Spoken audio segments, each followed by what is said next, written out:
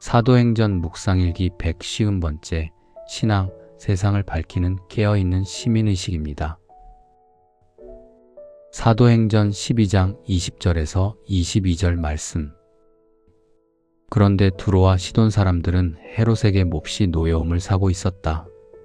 그래서 그들은 뜻을 모아서 왕을 찾아갔다. 그들은 왕의 침실 시종 블라스도를 설득하여 그를 통해서 헤롯에게 화평을 청하였다. 그들의 지방이 왕의 영토에서 식량을 공급받고 있었으므로 이렇게 할 수밖에 없었다. 지정된 날에 헤롯이 용포를 걸쳐 입고 왕자에 좌정하여 그들에게 연설하였다. 그때 군중이 신의 소리다, 사람의 소리가 아니라고 외쳤다. 아멘. 좋은 아침입니다. 화단에 푸릇푸릇한 새싹들이 너무도 아름답게 피어오르는 3월입니다. 마치 얼어붙어 있던 땅이 녹고 죽은 듯 보이지 않던 생명이 깨어나는 봄날의 기적이 우리 모든 공동체 가족들에게 임하기를 기도합니다. 오늘 하루도 우리의 팍팍한 삶의 자리에 임하실 주님을 찬양하며 이 아침을 시작합니다. 오늘 본문에는 두로와 시돈 사람들이 등장합니다. 이 지역은 지중해 연안의 아주 부유한 무역 항구 도시였습니다. 돈은 많았지만 지형상 농사가 불가능했습니다. 그래서 식량의 대부분을 헤롯 왕의 영토인 갈릴리와 유대 지역에서 수입해야만 살 수 있었죠. 그런데 어떤 이유에서인지 헤롯이 단단히 화가 났습니다. 그래서 그들과의 무역을 일방적으로 끊어버렸죠. 당장 굶어 죽을 위기에 처한 두로와 시돈 사람들은 다급해졌습니다. 그래서 그들은 왕의 침실 시종인 블라스도에게 뇌물을 주고 로비를 하여 억지 화해의 자리를 만듭니다. 이윽고 화해의 날이 밝았습니다. 헤롯 왕이 눈부신 은빛 왕복을 입고 단상에 올라 연설을 시작합니다. 그러자 밑에 있던 무리들이 열광적으로 환호하며 소리칩니다. 이것은 신의 소리요, 사람의 소리가 아니다.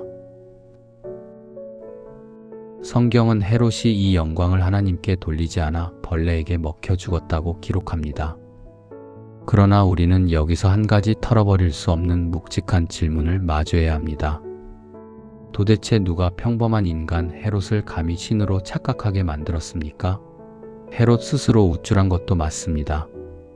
그러나 그를 교만의 꼭대기로 밀어올려 결국 죽음의 낭떠러지로 떨어뜨린 진짜 공범들이 있습니다. 바로 그 밑에서 이성을 잃고 아부하던 두로와 시돈 사람들이죠. 그들은 대체 왜 그런 말도 안 되는 아부를 떨었을까요? 그것은 헤롯의 영토에서 식량을 공급받아야만 살 수 있었기 때문입니다. 당장 4배를 불리는 경제적인 이익 앞에서는 지도자의 옳고 그름이 전혀 중요하지 않았습니다. 그들은 먹고 사는 문제를 위해 기꺼이 양심을 팔았습니다. 거짓인 줄 뻔히 알면서도 폭군을 향해 신이라고 아부했습니다. 이것은 먹고 살기 위해 양심을 팔아넘긴 비겁한 생존 본능이었죠. 지도자의 타락은 언제나 이처럼 대중의 이기심과 비겁함을 먹고 자라납니다. 지도자의 교만은 결코 스스로 자가 발전하여 거저 생겨나지 않습니다. 인류 역사상 최악의 악인으로 꼽히는 히틀러를 생각해 보십시오. 그를 그 끔찍한 권력의 자리에 올려놓은 것은 히틀러 자신이 아니었습니다. 바로 그에게 광적으로 열광했던 독일 국민들이었습니다. 멀리 갈 것도 없습니다.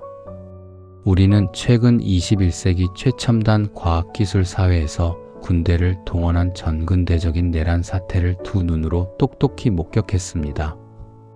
현재 전 세계가 한 지도자의 광기로 인해 전쟁의 쑥대밭으로 변하는 고통도 보고 있습니다. 우리는 한 지도자가 나라와 세계를 얼마나 무질서와 혼란으로 몰아넣는지 너무도 잘 압니다. 그래서 우리는 그 지도자들을 향해 손가락질하고 거세게 비난하죠. 그러나 정직하게 우리 자신에게 물어봅시다. 그 지도자를 누가 뽑았습니까? 누가 그에게 막강한 권력의 칼을 쥐어주었습니까? 바로 우리들입니다. 잘못된 것을 보고도 외면한 우리의 비겁함이 그들을 만들었습니다. 옳음과 정의보다 내 진영의 이익에 따라 맹목적으로 표를 던진 우리의 무지가 그들을 통제 불능의 괴물로 키운 것입니다. 프랑스의 철학자 알렉시스 드 토크빌은 모든 민주주의에서 국민은 그들 수준에 맞는 정부를 가진다라고 꼬집었습니다.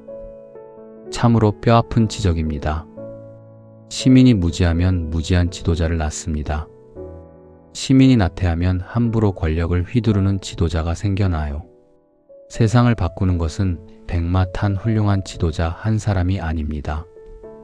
어둠과 타협하지 않고 불을 밝히는 깨어있는 시민들이 세상을 아름답게 만듭니다. 하나님께서 우리에게 복음을 주신 이유는 명확합니다. 나 혼자 마음의 평안을 얻고 천국에 가라는 것이 전부가 아닙니다.